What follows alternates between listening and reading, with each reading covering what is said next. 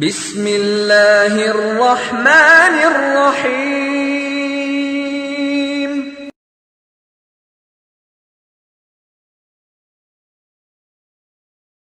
اعوذ باللہ من الشیطان الرجیم، بسم اللہ الرحمن الرحیم۔ الحمد للہ رب العالمین، وصلی اللہ علی سیدنا محمد وعلی اہل بیتہ الطیبین الطاہرین المعصومین المظلومین، ولعنۃ اللہ علی اعدائہم اجمعین من الآن الی یوم الدین، اما بعد۔ ناظرین کرام، جس موضوع کے ساتھ میں آپ کی خدمت میں حاضر ہوا ہوں وہ ہے پیغامات امام رضا علیہ الصلاۃ والسلام۔ لیکن ان پیغامات کے ذکر کرنے سے پہلے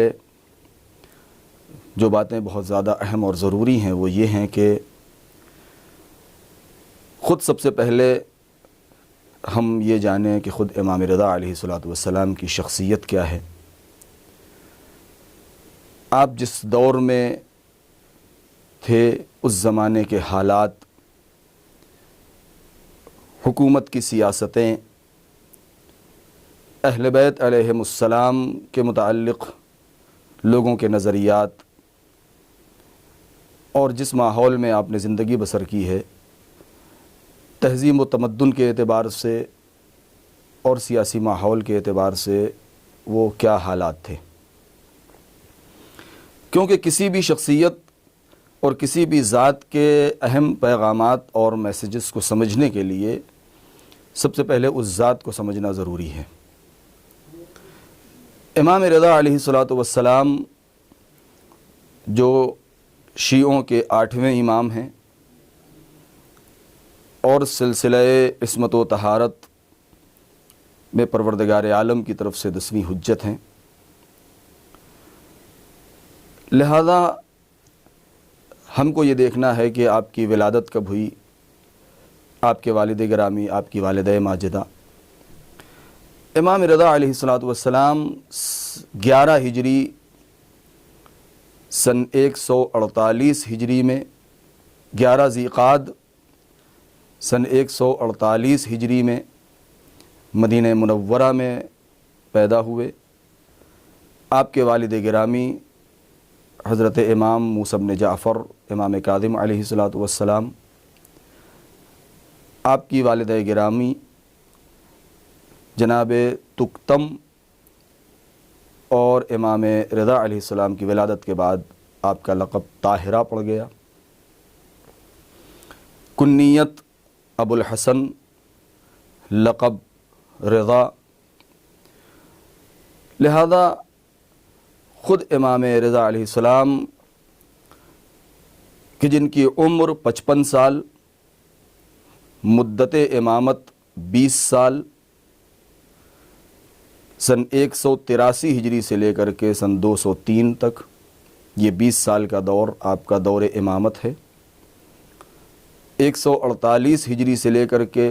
203 ہجری تک یہ 55 سال آپ کی عمر مبارک ہے۔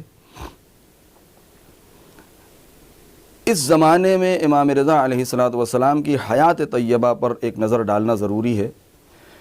کہ جس سے ہم یہ سمجھیں کہ اس زمانے کے حالات کیا تھے، آپ نے کس کے دور حکومت میں آنکھ کھولی، کس کے دور حکومت میں آپ اس دنیا سے تشریف لے گئے۔ لہذا اس چیز کو سمجھنے کے لیے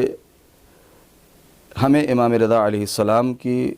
زندگی کے ان گوشوں پر خاص نظر کرنی ہوگی کہ جس سے ہم درس سیکھ سکیں۔ پیغامات کا جہاں تک مسئلہ ہے، معصومین علیہم السلام، پیغمبر اکرم سے لے کر کے ہمارے 12ویں امام تک، ان کے جو پیغامات ہیں اس کو 2 زاویوں سے ہم دیکھ سکتے ہیں۔ کچھ پیغامات، کچھ نصیحتیں، کچھ وعظ، کچھ وصایا ایسے ہیں کہ جو ان کے خاص چاہنے والوں کے لیے ہیں، کچھ وہ ہیں کہ جو عام شیعوں کے لیے ہیں، اور کچھ پیغامات وہ ہیں کہ جو ساری بشریت کے لیے ہیں۔ کیونکہ امام معصوم پروردگار عالم کی طرف سے حجت ہے تو کسی خاص فرقے، کسی خاص قوم اور خاندان کے لیے نہیں ہے، بلکہ پروردگار عالم نے اسے خلق کے اوپر حجت بنایا ہے۔ اس کی جتنی بھی مخلوقات ہیں، نباتات ہوں، جمادات ہوں، حیوانات ہوں، انسان ہوں، اجنہ ہوں، ملائک ہوں، ہر ایک کے اوپر پروردگار عالم کی طرف سے حجت ہیں، اور ان کا حکم ہر ایک کے لیے ماننا واجب، اور ان کا حکم ہر ایک کے لیے نافذ ہے۔ پیغامات کی بھی دو قسمیں ہیں۔ کچھ پیغامات وہ ہیں کہ جو آپ نے باقاعدہ زبان کے ذریعے سے، گفتگو کے ذریعے سے لوگوں تک پہنچایا ہے۔ کچھ پیغامات وہ ہیں کہ جو آپ نے کتبی شکل میں تحریر فرما کے لوگوں تک پہنچایا ہے، اور کچھ پیغامات وہ ہیں کہ جو آپ کے اعمال، آپ کی رفتار اور گفتار اور آپ کے کردار کے ذریعے سے ہم سمجھ سکتے ہیں۔ لہذا اگر ہم اس زمانے کی تاریخ کے اوپر ایک نظر ڈالیں تو جس زمانے میں امام رضا علیہ السلام منصب امامت پر فائز ہوئے، یعنی سن 183 ہجری میں، تو 10 سال تک ہارون الرشید کا زمانہ تھا۔ 10 سال کے بعد 5 سال آپ نے امین کے دور میں اپنی امامت کا اظہار فرمایا، اور 5 سال مامون کے دور میں۔ وہ دور سیاسی اعتبار سے اتنا خطرناک دور تھا۔ بنی عباس کی حکومت تھی، ہارون الرشید بلا شرکت غیر تمام ممالک اسلامی پر حاکم تھا، اور تاریخ نے اس بات کو لکھا ہے کہ اس کی حکومت اتنی وسیع تھی کہ جس کی حکومت میں سورج نہیں ڈوبتا تھا، یعنی مشرق سے لے کر کے مغرب تک اس کی حکومت تھی، اور اس کا دائرہ سلطنت بہت وسیع تھا۔ لہذا ہم کو جو بات شروع کرنی ہے وہ یہاں سے کہ امام موسیٰ کاظم علیہ السلام کی شہادت کے بعد، کہ جب بغداد میں آپ کو شہید کیا گیا زہر دے کر کے، تو ان کی شہادت کے بعد ہارون الرشید نے، چونکہ یہ اتنا بڑا جرم کا اس نے ارتکاب کیا تھا امام کو شہید کر کے، کہ اب مزید علویوں کے اوپر یا امام کے اوپر سختی کرنا اس کے بس کی بات نہیں تھی، کیونکہ اس کی حکومت کے پائے متزلزل ہو سکتے تھے اور اس کی حکومت ختم ہو سکتی تھی۔ اس کو چاروں طرف سے خطرہ لاحق ہو چکا تھا، اس لیے کہ دنیا کے مختلف علاقوں میں، جیسے ایران میں، خود حجاز میں، خود عراق میں، یمن میں، شام میں، کوفہ اور بصرہ جیسے بڑے شہروں میں، ادھر خراسان میں، ایران کے بہت بڑے ایک علاقے میں، کہ امام کاظم علیہ السلام کی شہادت کے بعد لوگوں میں ایک غم و غصہ تھا، کہ جس کی بنا پر مختلف گوشہ و کنار سے بغاوت کی آگ بھڑکنے لگی تھی، اور لوگ اس قیام کے لیے اپنے کو آمادہ کر رہے تھے کہ ہارون الرشید کی حکومت کا تختہ پلٹ دیا جائے۔ لہذا اسے اس بات کا ڈر ہوا کہ کہیں ایسا نہ ہو کہ اگر مزید ہم اپنے ظلم کو آگے بڑھاتے رہیں اور علویون کے اوپر، علوی یعنی مولا علی کی اولاد اور شیعیان حیدر کرار کے اوپر مزید سختی کرتے رہیں تو ممکن ہے کہ ہماری حکومت اب آگے نہ چل سکے۔ لہذا نسبتاً اس نے امام کو آزاد چھوڑ دیا تھا، اور امام کو وہ ایک ایسا موقع فراہم ہو گیا کہ بالکل اپنے اجداد طاہرین جیسے امام باقر اور امام جعفر صادق علیہ السلام، کہ جب بنی امیہ اور بنی عباس دونوں آپس میں لڑ رہے تھے اور جنگ کر رہے تھے اور قدرت حاصل کرنے اور حکومت کو حاصل کرنے کے لیے ایک دوسرے کے خون کے پیاسے تھے، تو اس زمانے میں امامین باقرین و صادقین علیہ السلام کو ایسا موقع مل گیا تھا کہ جہاں آپ نے علوم کے دریا بہا دیے۔ اور آج اگر ہم شیعوں کے اس ذخیرے کے اوپر نظر ڈالیں تو سب سے زیادہ ذخیرہ علم اگر کہیں ملتا ہے تو وہ امام جعفر صادق علیہ السلام کی وہ میراث ہے، اور انہی کے فرامین اور اقوال ہیں کہ جو آج ہماری کتابوں میں موجود ہیں، کہ اگر چھٹے امام کی وہ کاوشیں اور وہ تبلیغ اور وہ فرامین اگر نہ ہوتے تو صرف تشیع ہی نہیں، ممکن ہے کہ یہ کہا جا سکتا ہے کہ اسلام ہی دنیا سے ختم ہو جاتا، اس لیے کہ 100-150 سال تک، تقریباً 125 سال تک نقل حدیث پیغمبر پر پابندی تھی، علم کو حاصل کرنے پر پابندی تھی، جعلی حدیثیں پھیلائی جا رہی تھیں، لہذا امام صادق علیہ السلام نے اپنے اس زمانے میں اس یونیورسٹی کو افتتاح کر کے، اور آپ نے تقریباً 4000 سے زیادہ اسٹوڈنٹس اور طلاب آپ نے تربیت کیے کہ جن کے ذریعے سے آج پوری دنیا میں علم پھیلا ہوا ہے۔ اسی طریقے سے خود امام رضا علیہ السلام نے اس 10 سال کی جو مہلت اور مدت تھی ہارون الرشید کے زمانے میں، جبکہ بارہا حکومت کے کان بھرے گئے اور لوگ جا کے یہ شکایتیں کرتے رہے، ہارون الرشید کو یہ سمجھانے کی کوشش کرتے رہے کہ دیکھ موسیٰ بن جعفر کے بعد امام رضا نے اپنی امامت کا اعلان کر دیا ہے، شاگرد ان کے پاس آتے جاتے ہیں، ان سے نقل حدیث اور نقل روایت کرتے ہیں، ان سے علم سیکھ رہے ہیں، لہذا ان کے اوپر سختی کی جائے، ان کے اوپر پابندی عائد کی جائے۔ لیکن ہارون الرشید کا جملہ یہی تھا کہ کیا تو چاہتا ہے یا لوگ چاہتے ہیں کہ میری تلوار سے ابھی تک خون ٹپک رہا ہے اور میں شمشیر لے کر کے آگے بڑھ جاؤں اور ایک طرف سے علویون کو ختم کر دوں اور شیعوں کا قتل عام کر دوں اور امام کے چاہنے والوں کو نیست و نابود کر دوں؟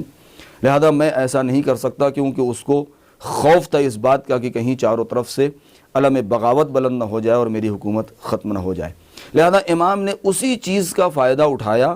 اور علوم کے دریا بہا دیے، مولا علی کی ولایت کا اعلان کیا، اپنی امامت کا اعلان کیا، ائمہ کی عصمت کو ثابت کیا، آپ نے توحید کے سلسلے میں گفتگو کی، آپ نے معاد کے سلسلے میں گفتگو کی، بہت سارے مناظرات آپ نے کیے ہیں، اور تشیع اور دین اسلام کے پائے کو آپ نے محکم اور مضبوط کر دیا۔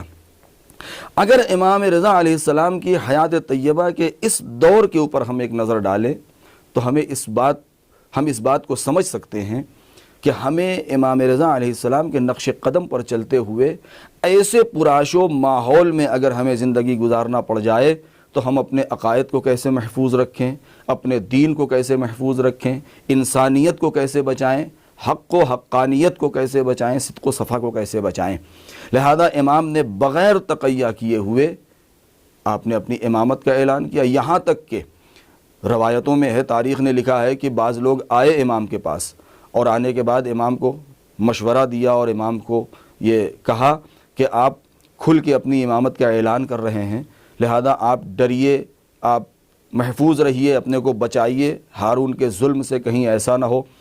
کہ وہ آپ کے چراغ حیات کو گل کر دے اور آپ کو قتل کر دے۔ امام نے جواب میں ایک جملہ ارشاد فرمایا کہ مجھے قوت بخشی ہے میرے جد رسول خدا کے اس قول نے کہ جو آپ نے ابو جہل کے بارے میں فرمایا تھا کہ ابو جہل نے پوری کوشش کر ڈالی لیکن میرے سر کا ایک بال کم نہ کر سکا، لہذا ہارون جتنی چاہے کوشش کر لے وہ میرے سر کا ایک بال بھی کم نہیں کر سکتا۔ اور امام نے یہ فرمایا کہ اگر ہارون الرشید اپنی پوری طاقت و توانائی صرف کر کے میرے سر کا ایک بال بھی کم کر دے تو یہ سمجھ لینا میں امام نہیں ہوں۔ یعنی امام نے اس جرأت اور جسارت اور ہمت اور حوصلے اور ولولے کے ساتھ جواب دیا، یعنی امام کو اس بات کا یقین تھا، حجت خدا تھے کہ میں اپنے مشن میں کامیاب ہو جاؤں گا۔ لہذا اس بات سے جو پیغام ہم کو ملتا ہے وہ یہ ہے کہ ظالم حکومتیں کتنا ہی اپنی طاقت و قوت اور اپنا زور صرف کر دیں لیکن کبھی بھی حق کو مٹا نہیں سکتے ہیں۔ ہمارا کام صرف اتنا ہے کہ ہم امام کے نقش قدم پر چلتے رہیں اور ان کے پیغام کو دنیا تک پہنچائیں۔ جب ظلم اور فتنہ و فساد عام ہو تو ہمیں زندگی کیسے گزارنی ہے، جب سکون کا ماحول ہو تو ہمیں زندگی کیسے بسر کرنی ہے، کبھی بھی ہم حق سے چشم پوشی نہیں کر سکتے ہیں۔ لہذا یہ امام رضا علیہ السلام کی اس حیات سے 10 سال کی جو ہارون الرشید کے زمانے میں آپ نے بسر کی ہے، ہم اس سے یہ پیغام حاصل کر سکتے ہیں۔ لہذا ہم بارگاہ پروردگار میں یہ دعا کرتے ہیں کہ پروردگار ہمیں امام کے نقش قدم پر چلنے کی توفیق مرحمت فرمائے اور ہمیں انہیں کا سچا اور واقعی شیعہ قرار دے۔ والسلام علیکم ورحمۃ اللہ وبرکاتہ۔